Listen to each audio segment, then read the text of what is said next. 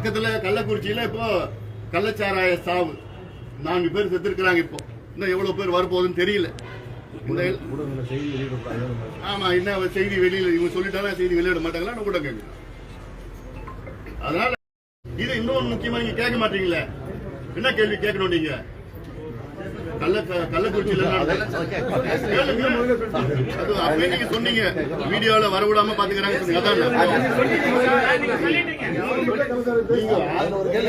கள்ளக்குறிச்சியில 4 பேர் கள்ளச்சாராயம் கொடுத்து விருந்தா சொல்லப்படுது. அதுக்கு மாவட்ட ஆட்சியர் வந்து மறுப்பு தெரிவிக்கிறது, கள்ளச்சாராயம் இல்லைன்னு சொல்லியிருக்காரு. சரி, அது என்னன்னு கேட்டுட்டு 10 பேர் அட்மிட் பண்ணி எத்தனை பேர்? 10 பேர் இருக்காங்க மருத்துவமனையில் அனுமதிப்பட்டிருக்காங்க 10 பேர். அப்புறம் வேற என்னன்னு கண்டுபிடிச்சு சொல்லட்டும். ஏன்னா இதுல வந்து காவல்துறை யாருடைய பொறுப்பு? முதலமைச்சருடைய பொறுப்பு. ஏன்னா சமீபத்தில் நடந்த மரக்காணத்துல நடந்தது, மரக்காணத்துல ஒரு சம்பவம் நடந்தது. அதுக்கப்புறம் வந்து இடைக்கரை நாடு அங்க காஞ்சிபுரம் மாவட்டத்துல அங்க இன்னொரு சம்பவம் நடந்தது. ஒரே இடத்துல நடந்தது. எதுக்கு நீங்க டாஸ்மாக் சாராயம் விற்கிறீங்க? என்ன காரணம் சொல்றாங்க? அரசு சாராயம் விற்கலன்னா இது போன்ற கள்ள சாராயம் வந்துடும், வித்துருவாங்க. அதனால கள்ள சாராயம் சாவு வரும். கள்ள சாராயம் சாவை விட நீங்க விற்கிற சாராயத்துல தான் சாவு கோடிக்கணக்கான சாவு, கோடிக்கணக்கான குடும்பம் நாசமாயிட்டு. பணத்தை மட்டும் நம்பி இருக்கின்ற ஆளும் கட்சி திமுகவிற்கும் மக்கள் பலம், பாட்டாளிகள் பலம், விவசாயிகள் பலத்தை வைத்திருக்கின்ற தேசிய ஜனநாயக கூட்டணி எங்கள் கூட்டணி வேட்பாளர் அன்புமணிக்கும் 10 ஆளும் கட்சி அமைச்சர்கள் இங்கேயே தங்கி அவருடைய அதிகாரங்கள் எல்லாம் தவறாக பயன்படுத்தி இப்பொழுதே வாக்காளர்களுக்கு எவ்வளவு பணம் கொடுக்கலாம், எப்படி அவர்களை வாங்கலாம் என்றெல்லாம் சமீபத்தில் நடந்த ஈரோடு இடைத்தேர்தலை போன்று செய்யலாம் என்று எல்லாம் கனவில் இருக்கின்றார்கள். அது விக்கிரவாண்டி தொகுதியில் நடைபெறாது.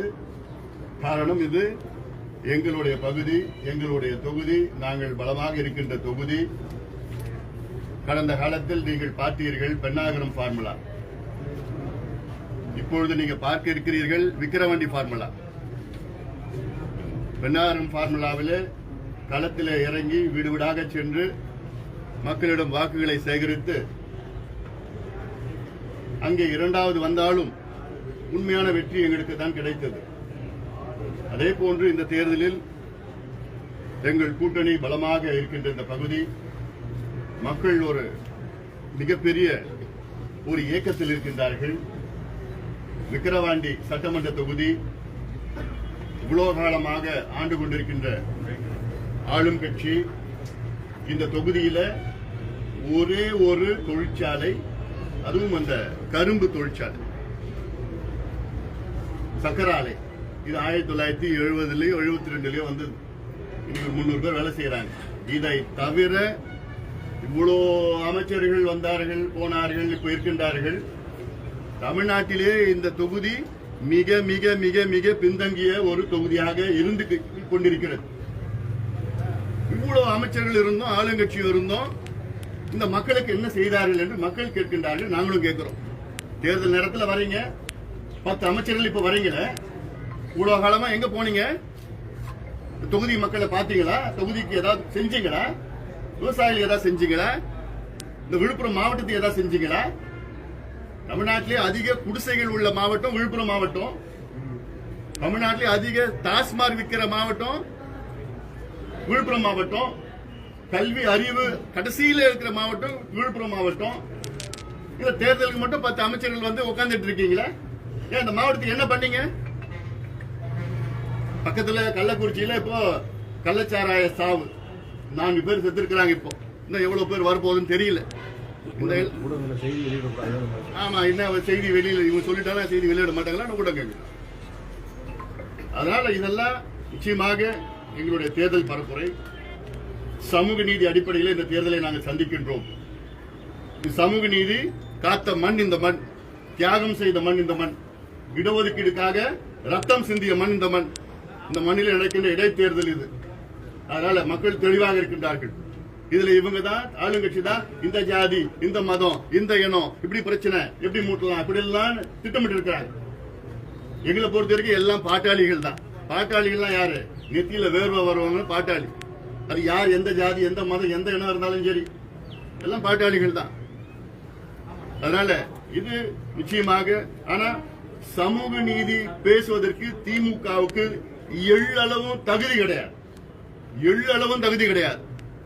மேடைக்கு மேடை சமூக நீதினு வாழ்க்கையே பேசிட்டு இருக்காங்களே. என்ன சமூக நீதி பண்ணீங்க நீங்க? கலைஞர் திமுக வேறு, ஸ்டாலின் திமுக வேறு.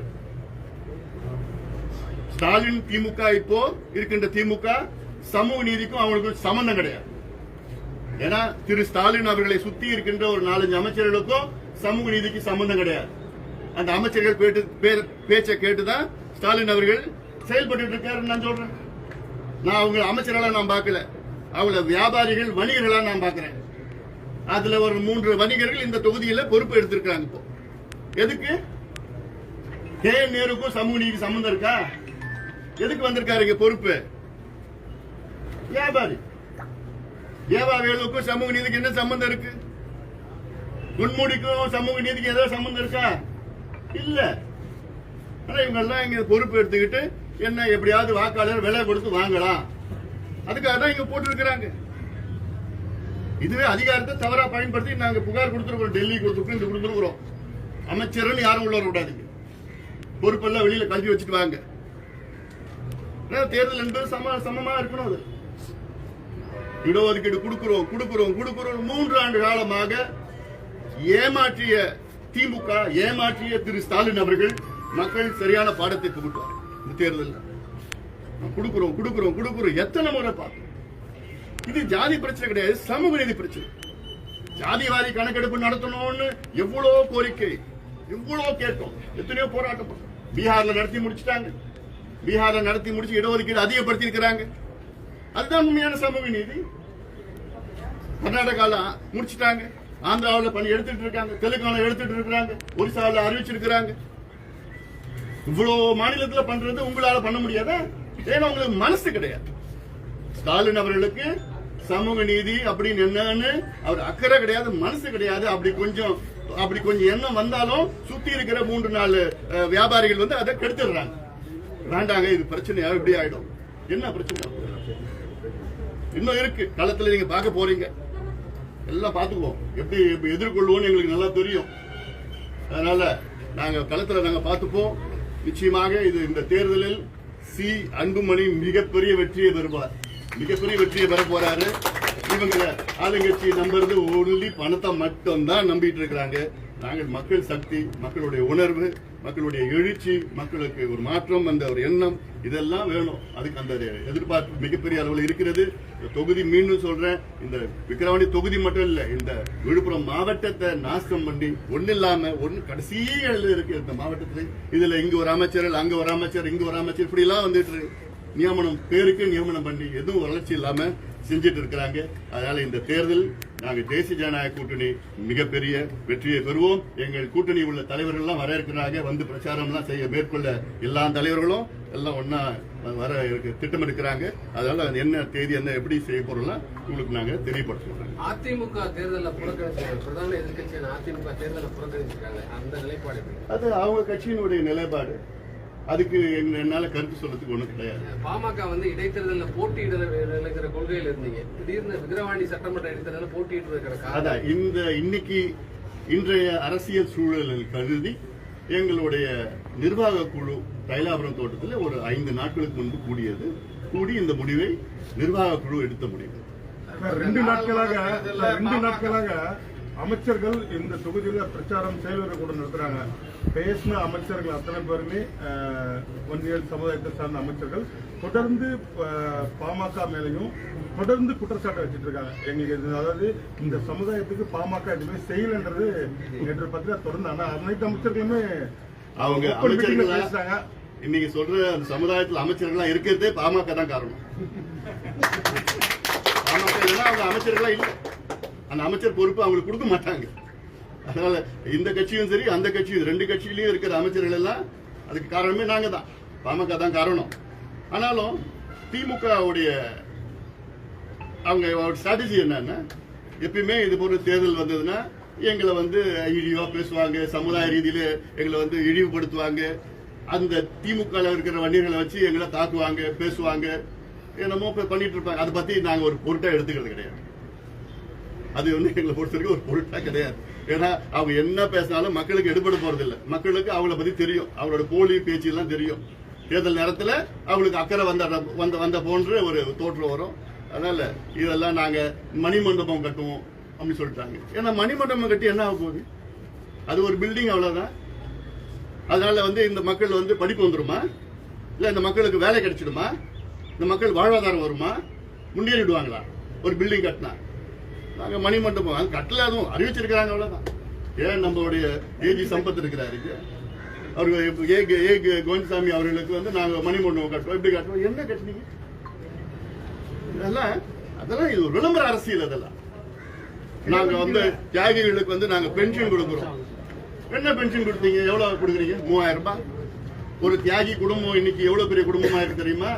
ஒரு தியாகி குடும்பத்துல 100 பேர் இருக்கிறாங்க. நீங்க கொடுக்குற 3000 ரூபாய் எத்தனை பேருக்கு போவோம்?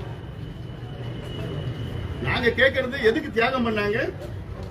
மக்களுக்கு வந்து கல்வி வேணும், வேலை வாய்ப்பு வேணும், படிப்பு வேணும், வேலை வேணும், வாழ்வாதாரம் வேணும் தான் அவங்க தியாகம் பண்ணாங்க.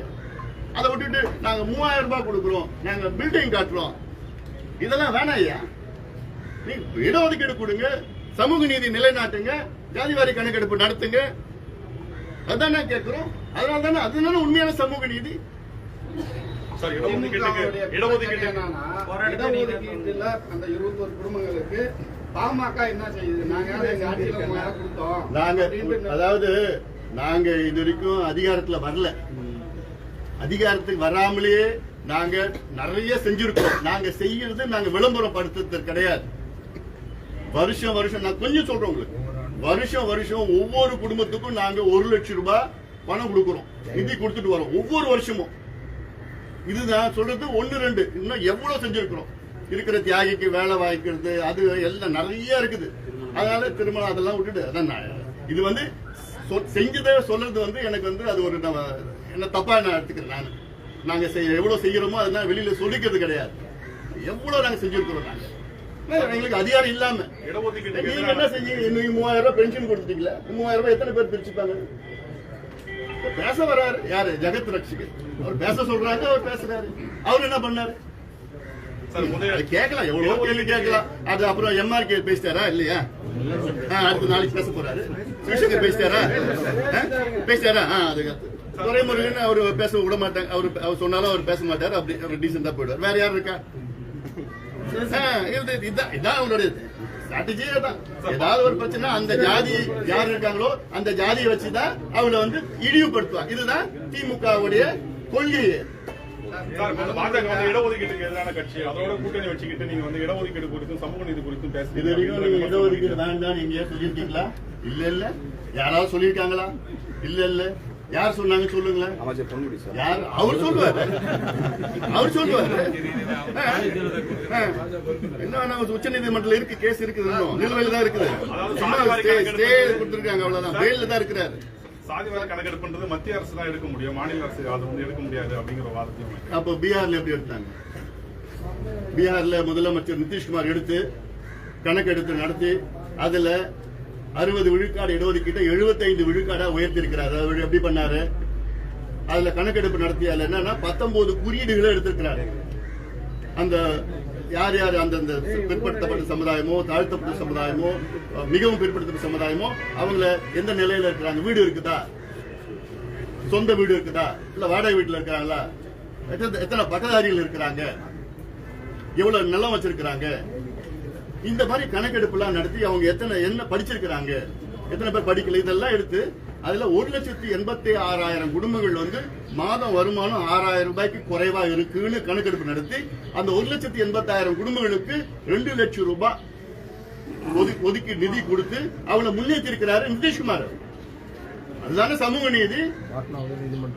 அது நீதிமன்றம் அதை தடை கொடுக்கலையே.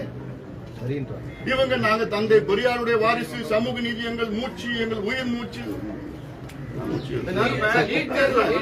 பேசுறது என்ன கொடுக்க வேண்டியது? அப்புறம் என்ன நீங்க பேசுறீங்க?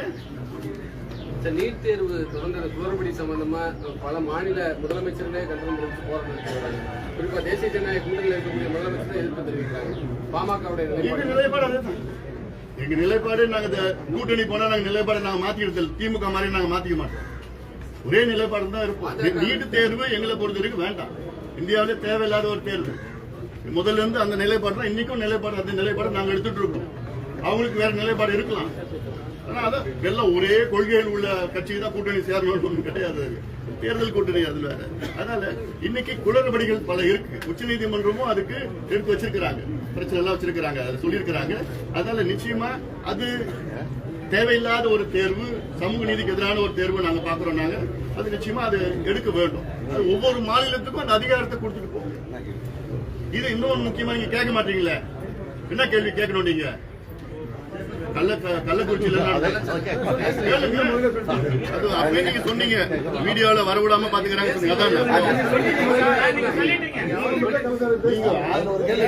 கள்ளக்குறிச்சியில 4 பேர் கள்ளச்சாராயம் கொடுத்து விருந்தா சொல்லப்படுது. அதுக்கு மாவட்ட ஆட்சியர் வந்து மறுப்பு தெரிவிக்கிறது, கள்ளச்சாராயம் இல்லைன்னு சொல்லியிருக்காரு. சரி, அது என்னன்னு தெரிஞ்சுட்டு 10 பேர் அட்மிட் பண்ணி, எத்தனை பேர்? 10 பேர் இருக்காங்க மருத்துவமனையில் அனுமதிப்பட்டிருக்காங்க 10 பேர். அப்புறம் வேற என்னன்னு கண்டுபிடிச்சு சொல்லட்டும். ஏன்னா இதுல வந்து காவல்துறை யாருடைய பொறுப்பு? முதலமைச்சருடைய பொறுப்பு. ஏன்னா சமீபத்தில் நடந்த மரக்காணத்துல நடந்தது, மரக்காணத்துல ஒரு சம்பவம் நடந்தது. அதுக்கப்புறம் வந்து இடைக்கரை நாடு அங்க காஞ்சிபுரம் மாவட்டத்துல அங்க இன்னொரு சம்பவம் நடந்தது. ஒரே இடத்துல நடந்தது. அப்புறம் நீங்க எதுக்கு நீங்க டாஸ்மாக் சாராயம் விற்கிறீங்க? என்ன காரணம் சொல்றாங்க? அரசு சாராயம் விற்கலன்னா இது போன்ற கள்ள சாராயம் வந்துடும், வித்துருவாங்க. அதனால கள்ள சாராயம் சாவு வரும். கள்ள சாராயம் சாவை விட நீங்க விற்கிற சாராயத்துல தான் சாவு கோடிக்கணக்கான சாவு, கோடிக்கணக்கான குடும்பம் நாசமாயிட்டு. அதனால சட்டம் ஒழுங்கு கிடையாது. நீங்க விற்கிற சாராயத்தினால தான். ஒரு 5 நாளைக்கு முன்பு திண்டுக்கல் பேருந்து நிலையத்துல ஒரு பெண் ஒண்ணு பாத்தீங்களா? அந்த வீடியோ பாத்தீங்களா? ஒருத்தன் குடிச்சிட்டு வந்து கையை பிடிச்சி இழுக்கிறான், வரையான்னு கேக்குறான். பட்ட பகல்ல திண்டுக்கல்ல ஒரு பெண்ணு ஒரு குடிச்சிட்டு வந்த நபர் பார்த்து சுத்தி எல்லாம் வேடிக்கை பார்த்துட்டு இருக்கு. தமிழ்நாடு தமிழ்நாடு குடியார நாடா மாறிடுச்சு. தமிழ்நாடு கஞ்சா நாடா மாறிடுச்சு. பஸ் ஸ்டாண்ட்ல டாஸ்மாக். தனிப்பட்ட முறையில் ஒரு விமர்சனம் பண்ணாரு தேர்தலில். அது சொல்றதுக்கு எனக்கு எதுவும் கிடையாது. எங்களுக்கு தெரியாதுங்க. உங்களுக்கு ஏதாவது தெரிஞ்சதா சொல்லுங்க.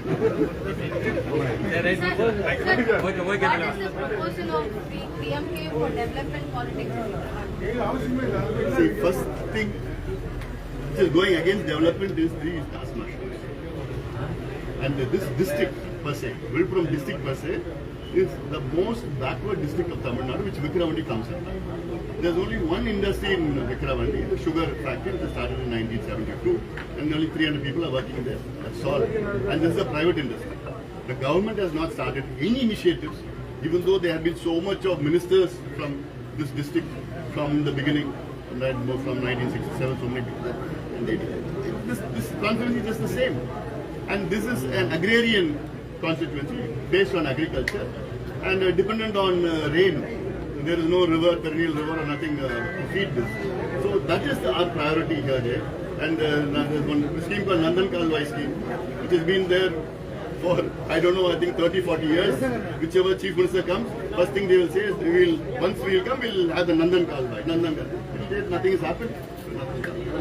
Coming back to this district as per se, Vilpuram has got the highest huts in Tamil Nadu. And they have not done anything. Vilpuram district comes the last in literacy rate. The last 10th and 12th exam, Vilpuram, this year it was, I think, the second last, so third last. Maybe, but last year, a year before, all that, it was the last. And per capita income, you see, Vilpuram comes under one of the last 3 in Tamil Nadu. So based on all these, there needs to be a package for the northern districts of Tamil Nadu, including Vilpuram. But which these people are not doing anything. They see these people as only vote banks. They don't do anything for their development. They have not done for their development. And during election they come, they give money, and then they give these Tasmac bottles, and then they win, and then next day that's it. So that's all this has been happening. And our concept of special agro-economic zone for Viluppuram district, because this is an agricultural agrarian society based on agriculture. It needs to be there, and we need Sipcot industrial estate not on agricultural land. There are fallow lands there in this district, and you pick it up and then start industries like. And so these are some of the things where the government needs to focus on. Can we consider this as your promises? Absolutely. This is what we're going to do. We're going to talk to them. During the campaign, this is going to be our campaign. Thank you. Nandi.